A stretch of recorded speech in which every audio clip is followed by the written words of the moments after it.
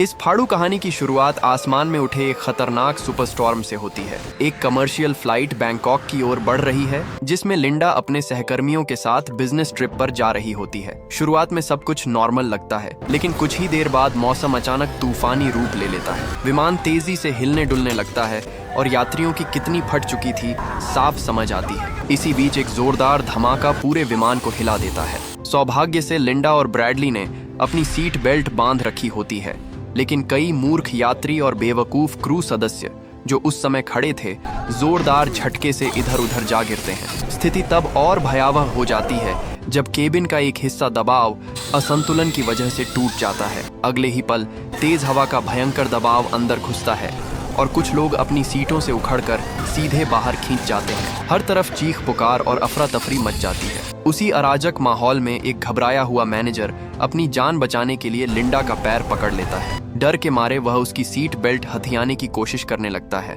क्योंकि उसे लगता है कि यही उसकी आखिरी उम्मीद है। दूसरी ओर एक कर्मचारी मदद पाने के लिए अपने बॉस की तरफ बढ़ता है, लेकिन अपनी जान बचाने की कोशिश में बॉस उसे कुत्ते की तरह धक्का दे देता है। वह कर्मचारी बाहर की ओर खींचते हुए उसी मैनेजर का पैर पकड़ लेता है। इससे मैनेजर का संतुलन पूरी तरह बिगड़ जाता है और वह घबराहट में लिंडा की सीट बेल्ट को और भी जोर से खींचने लगता है। अपनी जान खतरे में देखकर लिंडा भर ताकत से सोचती है। उसके हाथ के पास पड़ी लोहे की कांटेदार चम्मच उसकी नजर में आती है। वह बिना समय गंवाए उससे मैनेजर के हाथ पर भर ताकत से हमला कर देती है। दर्द के झटके से उसकी पकड़ छूट जाती है और अगले ही क्षण वह तथा उससे लटका दूसरा आदमी विमान से बाहर जा गिरते हैं। हालांकि मैनेजर पूरी तरह बाहर नहीं निकला होता। आखिरी क्षणों में वह लिंडा से मदद की भीख मांगता है, लेकिन लिंडा समझ चुकी होती है कि अगर उसने जोखिम लिया तो उसकी अपनी जान भी जा सकती है। भारी मन से वह खिड़की का शटर बंद कर देती है और खुद को संभालने की कोशिश करती है, मगर यह डरावना हादसा यहीं खत्म नहीं होता। कुछ ही पल बाद लिंडा को महसूस होता है कि विमान के अंदर का माहौल अचानक बदल रहा है। बाहर का आसमान अस्वाभाविक रूप से काला पड़ने लगता है, मानो कोई विशाल छाया पूरे विमान को निगल रही हो। उसे एहसास होता है कि असली परीक्षा अब भी शुरू हुई है और आगे जो होने वाला है वह इस दुर्घटना से भी कहीं ज्यादा खतरनाक साबित हो सकता है। विमान अब पूरी तरह नियंत्रण खो चुका था और तेजी से नीचे गिरते हुए सीधे समुद्र की ओर बढ़ रहा था। हर सेकंड ऐसा लग रहा था मानो मौत करीब आती जा रही हो, लेकिन किस्मत ने अभी पूरी तरह उनका साथ नहीं छोड़ा था। विमान जिस कोण पर पानी से टकराया, उसकी वजह से वह तुरंत विस्फोट का शिकार नहीं हुआ। यही एक बात कई लोगों के लिए जीवन और मृत्यु के बीच का अंतर बन गई। जैसे ही ठंडा समुद्री पानी केबिन में भरना शुरू हुआ, लिंडा ने एक पल भी बर्बाद नहीं किया। उसने अपनी सीट बेल्ट खोली और पूरी ताकत लगाकर बाहर की ओर तैरने लगी। काफी संघर्ष के बाद वह मलबे से निकलकर खुले पानी में पहुंच गई। उसकी सांसें तेज चल रही थीं, लेकिन जिंदा बच जाने की राहत ज्यादा देर नहीं टिक सकी। जब उसने चारों ओर नजर दौड़ाई तो उसे एहसास हुआ कि वह विशाल और सुनसान समुद्र के बीच अकेली फंसी हुई है। न कोई मदद, न कोई जहाज और न ही सभ्यता का कोई निशान। ऐसा लग रहा था जैसे दुनिया का बाकी हिस्सा उससे बहुत दूर छूट चुका हो। काफी देर तक बहते रहने के बाद उसे दूर कहीं जमीन दिखाई दी। उम्मीद की आखिरी किरण समझकर वह उस दिशा में बढ़ने लगी। किनारे के पास पहुंचते ही उसकी नजर रेत पर पड़े एक घायल व्यक्ति पर गई। वह तुरंत उसकी तरफ दौड़ी। पास पहुंचकर उसने देखा कि वह कोई और नहीं बल्कि उसका बॉस ब्रैडली था। ब्रैडली भी इस भयानक दुर्घटना से बच गया था। समुद्री लहरें उसे बेहोशी की हालत में बहाकर किनारे तक ले आई थीं। हालांकि गिरने के दौरान उसकी टांग बुरी तरह टूट चुकी थी, फिर भी वह जीवित था। हादसे के बाकी यात्रियों का कोई पता नहीं था, इसलिए फिलहाल वही एकमात्र इंसान था जिसे लिंडा ने जिंदा देखा था। लेकिन उसे देखकर लिंडा को खुशी नहीं हुई। असल में कंपनी में ब्रैडली वही व्यक्ति था जिससे वह सबसे ज्यादा नफरत करती थी। वह एक बहुराष्ट्रीय टेक कंपनी के स्ट्रेटेजी डिपार्टमेंट की सबसे प्रतिभाशाली कर्मचारियों में से एक थी। अपनी मेहनत, समझदारी और समर्पण के कारण उसने कई मुश्किल प्रोजेक्ट सफल बनाए थे। कुछ सप्ताह पहले उसने एक बेहद महत्वपूर्ण बिजनेस रिपोर्ट तैयार की थी। उस रिपोर्ट पर उसने दिन रात मेहनत की थी और आज उसे वरिष्ठ अधिकारियों के सामने प्रस्तुत किया जाना था। तभी उसका सहकर्मी डाफॉन उसके पास आया। रिपोर्ट पढ़कर उसने उसकी खूब तारीफ की और कहा कि मीटिंग में जाने की जरूरत नहीं है, वह खुद प्रस्तुति देगा और सभी को बताएगा कि इस शानदार काम के पीछे असली मेहनत लिंडा की है। ये सुनकर लिंडा को लगा कि इस बार शायद उसकी मेहनत को सही पहचान मिलेगी, लेकिन वास्तविकता कुछ और थी। जब उसने मीटिंग रूम के बाहर से प्रस्तुति देखी तो उसका दिल टूट गया। दाफोन ने न केवल उसका नाम लेने से परहेज किया, बल्कि रिपोर्ट से उसका नाम हटाकर पूरा श्रेय खुद ले लिया।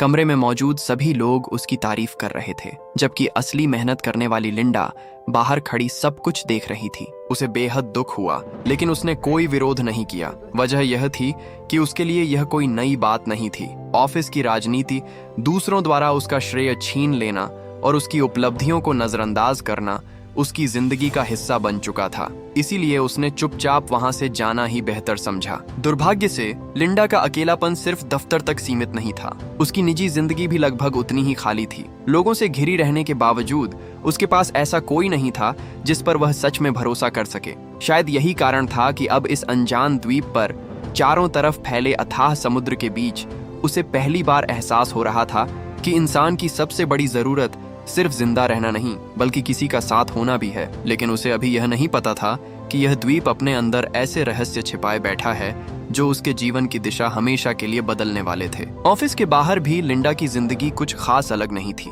वह शहर के एक छोटे से अपार्टमेंट में अकेली रहती थी। उसके परिवार का कोई सदस्य उसके साथ नहीं था और न ही ऐसा कोई करीबी दोस्त था जिससे वह अपने दिल की बातें साझा कर सके। उसके दिन काम में गुजरते थे और रातें खामोशी में। उसका एकमात्र साथी उसका पालतू कुत्ता था, जो हर शाम उसके घर लौटने का इंतजार करता था। फिर भी पिछले कुछ हफ्तों से लिंडा के चेहरे पर पहले से ज्यादा खुशी दिखाई दे रही थी। इसकी वजह थी उसका बहुप्रतीक्षित प्रमोशन। कंपनी के पुराने मालिक ने उसकी काबिलियत और वर्षों की मेहनत देखकर वादा किया था कि जल्द ही उसे वाइस प्रेसिडेंट के पद पर नियुक्त किया जाएगा। लेकिन हालात अचानक बदल गए। पुराने मालिक की मृत्यु के बाद कंपनी की कमान उनके बेटे ब्रैडली के हाथों में आ गई। लिंडा को पूरा भरोसा था कि उसकी उपलब्धियों और अनुभव को देखते हुए वही इस पद की सबसे मजबूत दावेदार है। मगर ब्रैडली ने पद संभालते ही यह प्रमोशन अपने कॉलेज के दोस्त दाफोन को दे दिया। इतना ही नहीं, ब्रैडली और दाफोन अक्सर उसके काम को कम आंकते, मीटिंग्स में उसकी बात काटते और मौका मिलने पर उसका मजाक भी उड़ाते थे। लिंडा ने वर्षों तक यह सब सहा था, लेकिन हर बार उसने अपने काम को ही जवाब बनने दिया। अब इस सुनसान द्वीप पर घायल पड़े ब्रैडली को देखकर वही पुरानी यादें उसके मन में ताजा हो उठीं। एक पल के लिए उसने सोचा कि उसे यहीं छोड़ देना चाहिए। आखिर यही वह इंसान था जिसने उसकी मेहनत, सपनों और करियर को सबसे ज्यादा नुकसान पहुंचाया था। अगर वह उसकी मदद न करे तो शायद किसी को कभी पता भी नहीं चलेगा। लेकिन कुछ देर सोचने के बाद उसने दूसरा रास्ता चुना। उसने महसूस किया कि बदले की भावना से उसे कुछ हासिल नहीं होगा। इसके अलावा इस वीरान जगह पर एक और जीवित इंसान का साथ भविष्य में उसके लिए भी फायदेमंद साबित हो सकता था। आखिरकार उसने ब्रैडली की जान बचाने का फैसला कर लिया। सबसे पहले लिंडा ने आसपास के इलाके का निरीक्षण किया। उसे एक नुकीला पत्थर मिला जिसे उसने अस्थायी औजार की तरह इस्तेमाल करना शुरू कर दिया।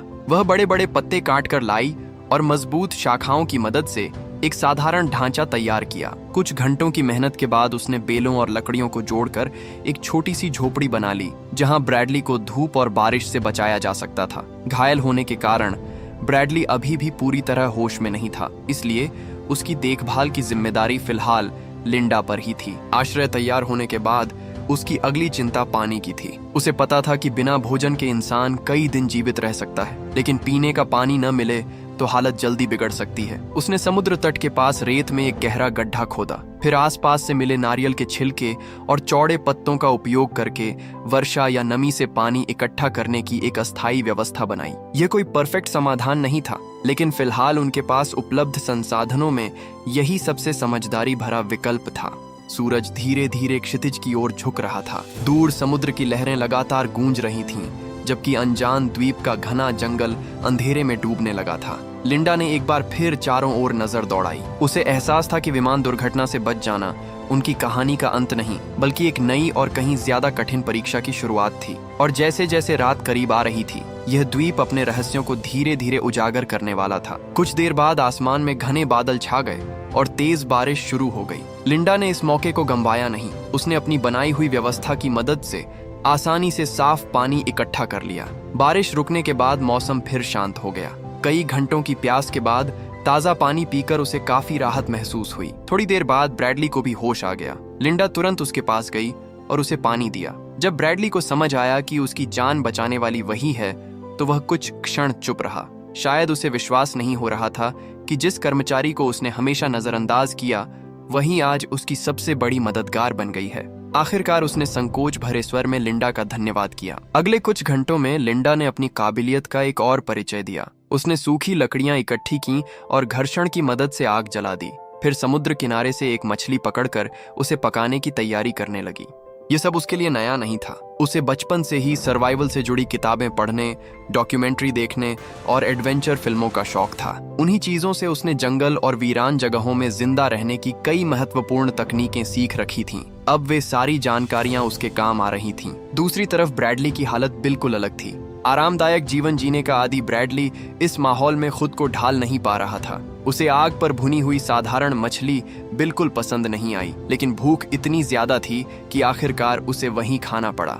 इसके विपरीत लिंडा इस पूरी स्थिति को अलग नजरिए से देख रही थी। आश्चर्य की बात यह थी कि वह यहाँ फंसने के बावजूद अंदर से पहले से ज्यादा शांत महसूस कर रही थी। पहली बार उसकी योग्यता और फैसलों पर किसी का नियंत्रण नहीं था। यहाँ न ऑफिस की राजनीति थी, न श्रेय छीनने वाले लोग, और न ही कोई उसे कमतर साबित करने की कोशिश कर रहा था। दिन धीरे धीरे बीतने लगे। समय के साथ दोनों के स्वभाव का अंतर और भी स्पष्ट दिखाई देने लगा। लिंडा छोटी छोटी उपलब्धियों में खुशी ढूंढ लेती थी, जबकि ब्रैडली हर दिन बेचैन होकर सिर्फ एक ही बात सोचता था, यहाँ से निकलने का रास्ता। एक सुबह ब्रैडली ने सवाल किया, तुमने अभी तक समुद्र तट पर कोई बड़ा SOS संकेत क्यों नहीं बनाया, या फिर आग को इतना बड़ा क्यों नहीं किया कि दूर से गुजरने वाले जहाज या विमान उसे देख सकें? उसके अनुसार बचाव का इंतजार करना सबसे पहली प्राथमिकता होनी चाहिए थी। लिंडा ने शांत स्वर में जवाब दिया कि वह बिना योजना के कोई कदम नहीं उठाना चाहती। उसे पहले द्वीप को समझना था। ये कितना बड़ा है, यहाँ कौन कौन से संसाधन हैं और कौन सी जगहें सुरक्षित हैं। अगर वे जल्दबाजी करते तो शायद किसी बड़े खतरे में फंस सकते थे। इसी सोच के साथ दोनों ने द्वीप के दूसरे हिस्सों की जांच करने का फैसला किया। जंगल के भीतर जाते हुए लिंडा ने जल्दी ही नोटिस किया कि एक क्षेत्र बाकी जगहों से अलग था। वहां की जमीन असामान्य रूप से नरम दिखाई दे रही थी और चारों तरफ नुकीले कांटों वाले पौधे फैले हुए थे। कुछ जगहों पर पुराने जानवरों की हड्डियां भी दिखाई दे रही थीं, मानो कोई वहां फंसकर बाहर न निकल पाया हो। उसने तुरंत ब्रैडली को चेतावनी दी कि वह उस दिशा में कभी अकेले न जाए। यह इलाका खतरनाक लग रहा था और बिना तैयारी के वहां जाना बड़ी गलती हो सकती थी। दोनों वापस लौटने लगे, लेकिन तभी अचानक उनके पैरों के नीचे की जमीन कांपने लगी। लिंडा कुछ समझ पाती उससे पहले मिट्टी धंस गई और उसके नीचे छिपा एक बड़ा गड्ढा खुल गया। संतुलन बिगड़ते ही वह सीधे नीचे जा गिरी। एक तेज चीख जंगल में गूंज उठी। ऊपर खड़ा ब्रैडली घबराकर गड्ढे के किनारे पहुंचा। पहली बार उसे एहसास हुआ कि इस द्वीप पर शायद प्राकृतिक खतरों से कहीं ज्यादा रहस्यमयी चीजें छिपी हुई हैं, और अब लिंडा सीधे उन्हीं में से एक के बीच फंस चुकी थी। असल में जिस जगह लिंडा गिरी थी वह ऊपर से बिल्कुल सामान्य और मजबूत दिखाई देती थी, लेकिन अंदर से उसकी मिट्टी खोखली हो चुकी थी। जैसे ही उसका वजन उस हिस्से पर पड़ा, जमीन टूट गई और वह नीचे जा गिरी। ऊपर खड़ा ब्रैडली एक पल के लिए घबरा गया। हालांकि उनके बीच हमेशा तनाव रहा था, फिर भी वह लिंडा को अपनी आंखों के सामने मरने के लिए नहीं छोड़ सकता था। उसने तुरंत आसपास मजबूत बेलें और टहनियां तलाश की और उसे बाहर निकालने की कोशिश शुरू कर दी। काफी मशक्कत के बाद आखिरकार वह लिंडा को सुरक्षित ऊपर खींच लाने में सफल हो गया। उस घटना के बाद दोनों के रिश्ते में एक छोटा सा बदलाव आया। पहली बार लिंडा को लगा कि ब्रैडली सिर्फ वही स्वार्थी इंसान नहीं है जिसे वह हमेशा समझती आई थी। वहीं ब्रैडली ने भी महसूस किया कि इस द्वीप पर जीवित रहने के लिए उन्हें एक दूसरे पर भरोसा करना ही होगा। लेकिन प्रकृति उनके लिए नई चुनौतियां तैयार कर रही थी। कुछ दिनों बाद समुद्र के ऊपर एक भीषण तूफान बन गया। काले बादलों ने पूरे आसमान को ढक लिया और तेज हवाएं द्वीप को झकझोरने लगीं। समुद्र तट के पास उनकी बनाई झोपड़ी इस तूफान का सामना नहीं कर सकी। कुछ ही मिनटों में वह टूटकर बिखर गई। हालात तब और खराब हो गए जब एक विशाल पेड़ जड़ों समेत उखड़कर पास ही गिर पड़ा। सौभाग्य से कुछ दिन पहले खोजबीन के दौरान उन्हें पहाड़ियों के बीच एक गुफा मिल गई थी। तूफान तेज होते ही दोनों उसी गुफा में जाकर शरण लेने लगे। बारिश ने उन्हें पूरी तरह भिगो दिया था और ठंडी हवाओं की वजह से शरीर कांपने लगा था। गुफा के भीतर तापमान थोड़ा बेहतर था, लेकिन फिर भी रात बेहद कठिन थी। लंबे समय तक साथ संघर्ष करने की वजह से दोनों के बीच की दूरी धीरे धीरे कम होने लगी। जहां शुरुआत में केवल मजबूरी थी, वहीं अब एक दूसरे के प्रति समझ और सम्मान भी पैदा होने लगा था। लिंडा को महसूस होने लगा कि कठिन परिस्थितियां अक्सर लोगों के असली रूप को सामने लाती हैं। समय बीतने के साथ ब्रैडली ने भी द्वीप की कई चीजें सीख लीं। उसने जहरीले और सुरक्षित फलों में फर्क पहचानना शुरू कर दिया था और जंगल के बारे में उसकी जानकारी पहले से काफी बढ़ चुकी थी। एक शाम उसने लिंडा से कहा कि आज खाना वह तैयार करेगा। उसने मुस्कुराते हुए कहा कि इतने दिनों से लिंडा ही सब कुछ संभाल रही है, इसलिए उसे थोड़ा आराम करना चाहिए। यह सुनकर लिंडा को अच्छा लगा। उसे लगा कि ब्रैडली अब सचमुच बदल रहा है और इस नई जिंदगी को स्वीकार करने लगा है। लेकिन उस रात सब कुछ वैसा नहीं था जैसा दिखाई दे रहा था। खाना खाने के कुछ समय बाद लिंडा को अजीब महसूस होने लगा। उसकी नजर धुंधली होने लगी, सिर भारी लगने लगा और शरीर का संतुलन बिगड़ने लगा। उसने उठने की कोशिश की, लेकिन उसके कदम लड़खड़ा गए। तभी उसे एहसास हुआ कि कुछ गड़बड़ है। कुछ ही मिनटों में उसकी चेतना कमजोर पड़ने लगी और आखिरकार वह जमीन पर गिरकर बेहोश हो गई। इस दौरान ब्रैडली चुपचाप उसे देखता रहा। फिर उसने बिना कुछ कहे अपना सामान उठाया और तेजी से जंगल की ओर बढ़ गया। उसने एक बार भी पीछे मुड़कर नहीं देखा। घने पेड़ों के बीच गायब होते हुए उसके चेहरे पर ऐसा भाव था मानो वह पहले से किसी योजना पर काम कर रहा हो। उधर गुफा के भीतर बेहोश पड़ी लिंडा को इस बात का अंदाजा भी नहीं था कि जिस व्यक्ति पर उसने धीरे धीरे भरोसा करना शुरू किया था वह उसे अकेला छोड़कर जा चुका है। और जब उसकी आंख खुलेगी तो उसे सिर्फ ब्रैडली की गैर मौजूदगी ही नहीं बल्कि उससे भी बड़ा रहस्य पता चलने वाला होगा। कुछ समय बाद ब्रैडली जंगल की तरफ से वापस दिखाई दिया। उसके पीछे एक छोटी सी लकड़ी की नाव घिसटती चली आ रही थी। यह देखकर साफ था कि वह कई दिनों से चुपके चुपके इस पर काम कर रहा था। असल में ब्रैडली को काफी पहले से महसूस होने लगा था कि लिंडा द्वीप छोड़ने की जल्दी में नहीं है। वह पहले सुरक्षा, संसाधनों और सही योजना को महत्व देती थी, जबकि ब्रैडली किसी भी तरह वहां से निकलना चाहता था।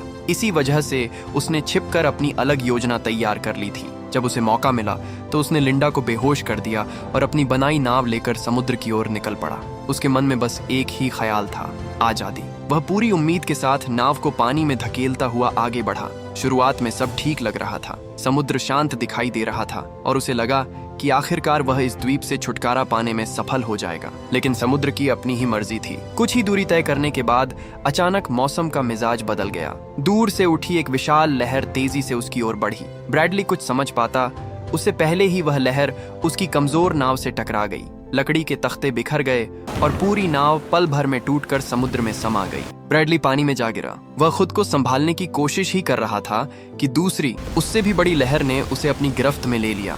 उफनता हुआ समुद्र उसे गहराई की ओर खींचने लगा और जल्द ही वह बेहोश हो गया। दूसरी ओर कुछ समय बाद लिंडा की आंख खुली। उसे समझते देर नहीं लगी कि ब्रैडली उसे छोड़कर भागने की कोशिश कर चुका है। लेकिन जब वह समुद्र तट पर पहुंची तो दूर पानी में किसी को संघर्ष करते हुए देखा।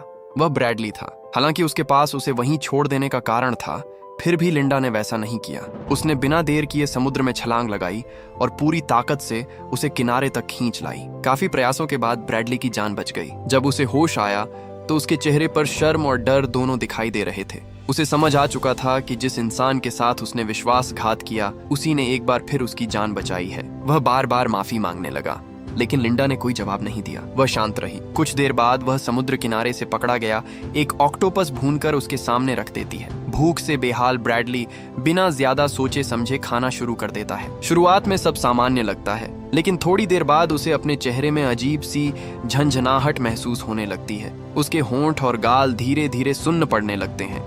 ब्रैडली घबराकर लिंडा की ओर देखता है। वह समझ नहीं पाता कि यह थकान का असर है, समुद्री जीव का कोई विषैला प्रभाव या फिर कुछ और। लिंडा बस चुपचाप उसे देखती रहती है, जबकि ब्रैडली के मन में एक नया डर जन्म लेने लगता है। उसे पहली बार एहसास होता है कि इस द्वीप पर हर गलती की कीमत चुकानी पड़ती है और कभी कभी वह कीमत उम्मीद से कहीं ज्यादा भारी होती है। कुछ ही मिनटों में ब्रैडली को महसूस होने लगा कि उसके शरीर पर उसका नियंत्रण कम होता जा रहा है। पहले उसके होंठ सुन्न हुए, फिर हाथ पैर भारी लगने लगे। धीरे धीरे यह असर पूरे शरीर में फैलने लगा। वह घबराकर लिंडा की ओर देखने लगा, लेकिन समझ नहीं पा रहा था कि आखिर उसके साथ हो क्या रहा है। तभी लिंडा शांत स्वर में बोली, घबराओ मत, तुम मर नहीं रहे हो, लेकिन जो तुम महसूस कर रहे हो वह एक खास समुद्री जीव के विष का असर है। यह कुछ समय के लिए शरीर को लगभग निष्क्रिय कर सकता है। ब्रैडली की आंखों में डर साफ दिखाई दे रहा था। लिंडा ने उसे याद दिलाया कि उसने किस तरह उसे बेहोश करके अकेला छोड़ दिया था। उसके अनुसार यह सजा नहीं बल्कि एक चेतावनी थी, ताकि भविष्य में वह भरोसे के साथ फिर कभी विश्वासघात न करे। इसके बाद उसने आग के पास रखा एक चाकू उठाया और उसे गर्म करने लगी। ब्रैडली का डर और बढ़ गया।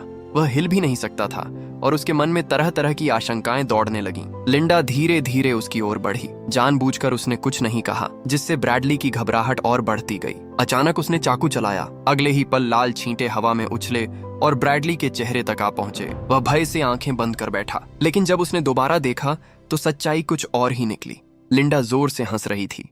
जिसे ब्रैडली अपनी ओर होता हुआ समझ रहा था, वह दरअसल पास में पकड़ा गया एक बड़ा चूहा था जिसे लिंडा खाने की तैयारी के लिए काट रही थी। पूरा दृश्य सिर्फ उसे सबक सिखाने के लिए रचा गया था। अब शायद तुम्हें समझ आ गया होगा कि भरोसा तोड़ने का अंजाम कैसा महसूस होता है, लिंडा ने मुस्कुराते हुए कहा। उस दिन के बाद ब्रैडली का व्यवहार काफी बदल गया। उसका पुराना घमंड लगभग गायब हो चुका था। अब वह लिंडा की बातों को गंभीरता से सुनता और फैसले लेने से पहले उसकी राय भी पूछता। लेकिन यह नया संतुलन ज्यादा दिनों तक नहीं टिक पाया। एक दिन लिंडा जंगल में भोजन की तलाश कर रही थी कि अचानक उसे दूर से इंजन की आवाज सुनाई दी। पहले उसे लगा कि शायद वह भ्रम सुन रही है, लेकिन आवाज लगातार नजदीक आती जा रही थी। वह तुरंत समुद्र तट की ओर दौड़ी। कुछ ही देर में उसे क्षितिज पर एक नाव दिखाई दी। इस बार फर्क यह था कि नाव में बैठे लोगों ने भी उसे देख लिया था। जैसे जैसे नाव करीब आती गई, लिंडा का चेहरा बदलने लगा। नाव में बैठी महिला कोई और नहीं बल्कि ब्रैडली की मंगेतर जेनी थी। असल में आधिकारिक रेस्क्यू टीमें काफी समय पहले उम्मीद छोड़ चुकी थीं। उनके रिकॉर्ड में ब्रैडली और लिंडा को लगभग मृत मान लिया गया था, लेकिन जेनी ने हार नहीं मानी थी। वह लगातार उसी समुद्री क्षेत्र में निजी खोज अभियान चलवा रही थी और आखिरकार उसकी तलाश सफल हो गई। जेनी को देखते ही लिंडा ने मुस्कुराकर उसका स्वागत किया, मानो वह उसे देखकर बेहद खुश हो। लेकिन उसके मन में भावनाएं कहीं अधिक जटिल थीं। इन महीनों में यह द्वीप उसके लिए सिर्फ एक कैद खाना नहीं रहा था, यह वह जगह बन चुका था जहां उसने खुद को नए रूप में पहचाना था। अब अचानक सभ्यता में लौटने का विचार उसे उतना आकर्षक नहीं लग रहा था। फिर भी वह सच छिपा नहीं सकती थी। उसे जेनी को बताना पड़ा कि ब्रैडली जीवित है और यहीं द्वीप पर मौजूद है। समस्या यह थी कि अब तक उनके जीवित होने की जानकारी केवल जेनी और उसके साथ आए स्थानीय गाइड को ही थी। यदि वे वापस लौट जाते तो जल्द ही पूरी दुनिया को इस बारे में पता चल जाता। समुद्र की ओर देखते हुए लिंडा समझ गई कि शायद उनके जीवन का सबसे कठिन निर्णय अब सामने आने वाला है, क्योंकि कभी कभी बचाव मिल जाना भी उतना आसान नहीं होता जितना लोग सोचते हैं। यही वह पल था जब लिंडा के मन में एक बेहद खतरनाक विचार जन्म लेने लगा। उसे लगने लगा कि यदि जेनी और उसका गाइड वापस दुनिया तक पहुंच गए तो उसकी बनाई हुई नई जिंदगी हमेशा के लिए खत्म हो जाएगी। अपने इरादों को छिपाते हुए उसने दोनों से कहा कि उसे द्वीप के भीतर से जाने वाला एक छोटा और सुरक्षित रास्ता पता है। जेनी और गाइड उसकी बात पर भरोसा करके उसके पीछे चल पड़े। कुछ देर बाद लिंडा उन्हें द्वीप के एक ऐसे हिस्से में ले आई जहां ऊंची चट्टानें और कमजोर जमीन थी। ये वही इलाका था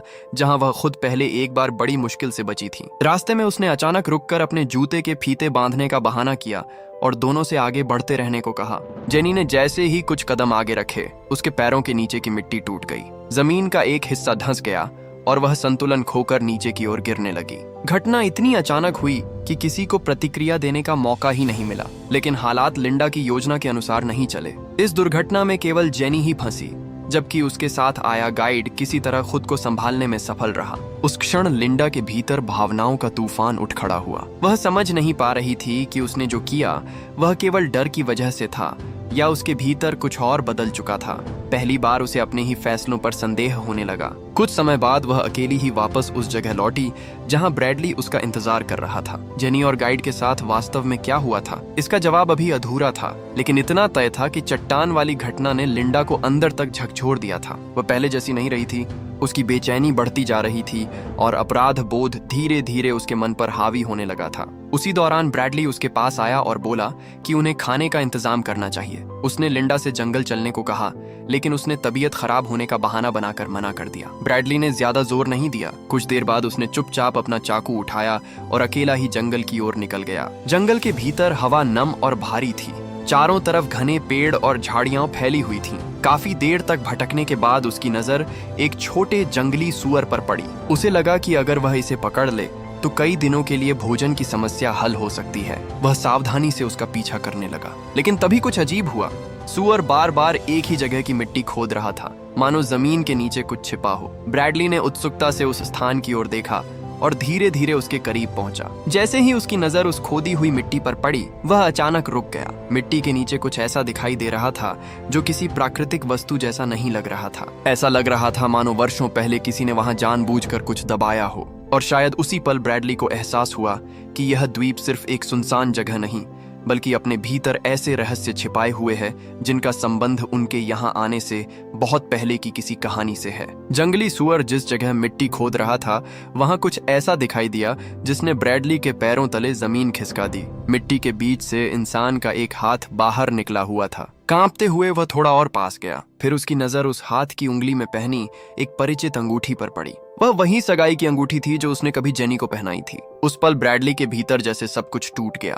सदमा, दुख और गुस्सा एक साथ उसके अंदर उमड़ पड़े। उसे यकीन हो गया कि जेनी के साथ जो हुआ वह कोई साधारण दुर्घटना नहीं थी। बिना एक पल गंवाए वह पूरी रफ्तार से शिविर की तरफ दौड़ पड़ा। उधर लिंडा उसे अपनी ओर आते देखकर ही समझ गई कि कुछ न कुछ सामने आ चुका है। ब्रैडली उसके पास पहुंचा और कांपते हाथों से अंगूठी दिखाते हुए बोला, तुमने ऐसा क्यों किया? अंगूठी देखते ही लिंडा समझ गई कि सच्चाई अब छिपी नहीं रह सकती। उसने खुद को बचाने की कोशिश करते हुए कहा कि चट्टान वाली घटना एक हादसा थी, लेकिन ब्रैडली अब उसकी किसी बात पर भरोसा करने को तैयार नहीं था। पिछले कुछ दिनों की घटनाएं उसके दिमाग में बार बार घूम रही थीं। स्थिति तेजी से बिगड़ रही थी।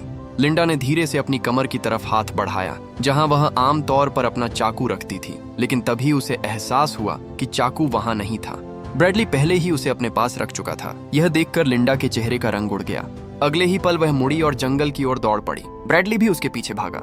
घना जंगल उनके चारों ओर फैला हुआ था। पेड़ों की छाया, टूटी शाखाएं और ऊबड़ खाबड़ जमीन इस पीछा करने की घटना को और भी खतरनाक बना रही थीं। कुछ देर बाद लिंडा को महसूस हुआ कि वह ज्यादा देर तक भाग नहीं पाएगी। तब उसने एक नया तरीका सोच लिया। वह पेड़ों के बीच अचानक दिशा बदलकर गायब हो गई। ब्रैडली को एक बड़े पेड़ के पीछे उसकी परछाई दिखाई दी। वह तेजी से वहां पहुंचा, लेकिन वहां केवल उसके जूते पड़े थे। एक पल के लिए वह भ्रमित हो गया। उसी क्षण लिंडा पीछे से निकलकर उस पर झपट पड़ी। दोनों जमीन पर गिर पड़े और संघर्ष शुरू हो गया। कोई भी पीछे हटने को तैयार नहीं था। दोनों जानते थे कि यह लड़ाई सिर्फ गुस्से की नहीं, बल्कि विश्वास, धोखे और पिछले कई महीनों की भावनाओं का परिणाम थी। संघर्ष के दौरान ब्रैडली के हाथ से चाकू छूटकर दूर जा गिरा। मौका देखकर लिंडा उसकी तरफ बढ़ी, लेकिन ब्रैडली ने उसे रोक लिया। दोनों एक दूसरे को काबू में करने की कोशिश करते रहे। मिट्टी उड़ रही थी, सांसें तेज हो चुकी थीं और किसी को अंदाजा नहीं था कि अगले कुछ सेकंड में क्या होने वाला है। इसी धक्का मुक्की के बीच लिंडा की नजर जमीन पर पड़े चाकू पर गई। वह पूरी ताकत लगाकर उसकी ओर बढ़ी और आखिरकार उसे अपने हाथ में लेने में सफल हो गई। अब दोनों कुछ कदम की दूरी पर खड़े थे। उनकी आंखें एक दूसरे पर टिकी थीं। समुद्र की लहरों की आवाज दूर से सुनाई दे रही थी, जबकि जंगल के बीच फैली खामोशी इस बात का इंतजार कर रही थी कि आगे कौन सा फैसला उनकी किस्मत तय करेगा। जब लिंडा ने अपने चेहरे और आंखों से मिट्टी साफ की और दोबारा आसपास देखा, तब तक ब्रैडली वहां से जा चुका था। कुछ क्षण वह खड़ी सोचती रही, लेकिन फिर उसने उसका पीछा करने के बजाय वापस लौटने का फैसला किया। उधर ब्रैडली बिना रुके जंगल के भीतर आगे बढ़ता रहा। हैरानी की बात यह थी कि जिस इलाके को लिंडा हमेशा सबसे खतरनाक बताती थी, वहां पहुंचने के बाद भी उसके साथ कुछ भी असामान्य नहीं हुआ।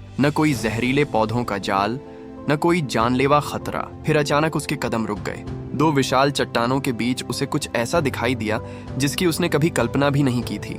घने पेड़ों के पीछे एक शानदार और आधुनिक विला खड़ा था। कुछ पल तक वह अविश्वास से उसे देखता रहा। उसके मन में तुरंत एक विचार आया, शायद यह द्वीप कभी भी पूरी तरह सुनसान था ही नहीं। नई उम्मीद के साथ वह तेजी से विला की ओर भागा। वहां पहुंचकर उसने कई बार मदद के लिए आवाज लगाई, लेकिन अंदर से कोई जवाब नहीं मिला। तभी उसने देखा कि मुख्य दरवाजा पूरी तरह बंद नहीं था। सावधानी से भीतर कदम रखते ही उसे लगा जैसे वह किसी दूसरी दुनिया में आ गया हो। महीनों तक जंगल और समुद्र के बीच संघर्ष करने के बाद अचानक सभ्यता की हर सुविधा उसके सामने मौजूद थी। वह कमरे से कमरे तक घूमने लगा। फिर उसकी नजर रसोई में रखे बड़े रेफ्रिजरेटर पर पड़ी। जैसे ही उसने उसे खोला, उसकी आंखें फैल गईं। अंदर तरह तरह के पैक्ड फूड, ठंडे पेय और ताजा सामान भरा हुआ था। लंबे समय से सीमित संसाधनों पर जी रहे ब्रैडली के लिए यह किसी खजाने से कम नहीं था। उसने तुरंत पानी की बोतल उठाई और जल्दी जल्दी पीने लगा। लेकिन तभी अचानक पूरे घर में एक परिचित आवाज गूंज उठी। वह लिंडा की आवाज थी। घर के स्पीकर सिस्टम से आ रही रिकॉर्डेड आवाज सुनते ही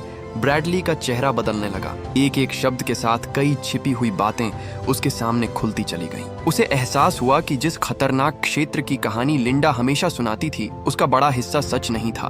वह बस उसे इस इलाके से दूर रखने का एक तरीका था। रिकॉर्डिंग में लिंडा बिना किसी हिचकिचाहट के सब कुछ बता रही थी। असल में द्वीप के पास समय समय पर एक सप्लाई बोट आती थी जो इस निजी संपत्ति के लिए सामान छोड़कर जाती थी। एक बार दूर से उस नाव को देखकर लिंडा को शक हुआ था कि आसपास कहीं कोई आबाद जगह मौजूद है। जिज्ञासा के चलते उसने उस नाव का पीछा किया और आखिरकार इस छिपे हुए विला तक पहुंच गई। वहां आकर उसने सावधानी से सुरक्षा प्रणाली को समझा, दरवाजे का पासकोड देख लिया और समय के साथ इस जगह को अपना गुप्त आश्रय बना लिया। विला का असली मालिक साल में बहुत कम बार यहाँ आता था, इसलिए लिंडा हर बार यहाँ रहती, जरूरत का सामान इस्तेमाल करती और फिर सब कुछ पहले जैसा व्यवस्थित करके लौट जाती ताकि किसी को शक न हो। रिकॉर्डिंग सुनते सुनते ब्रैडली को महसूस हुआ कि पिछले कई महीनों में उसने जिस वास्तविकता पर भरोसा किया था वह पूरी कहानी नहीं थी। द्वीप पर जीवित रहने की लड़ाई के साथ साथ एक दूसरा खेल भी चल रहा था, रहस्यों, झूठ और नियंत्रण का खेल। अब पहली बार ब्रैडली के पास ऐसे जवाब थे जिनकी उसे लंबे समय से तलाश थी, लेकिन साथ ही उसके मन में एक नया सवाल भी उठ रहा था। अगर लिंडा ने यह सब उससे छिपाया तो क्या अभी भी कुछ ऐसे रहस्य बाकी हैं जिनके बारे में वह बिल्कुल नहीं जानता? लिंडा को पूरा विश्वास था कि उसकी योजना कभी उजागर नहीं होगी। वह महीनों से उस छिपे हुए विला का इस्तेमाल कर रही थी और हर बार वहां से जाते हुए सब कुछ इतना व्यवस्थित छोड़ती थी कि किसी को जरा भी शक नहीं होता।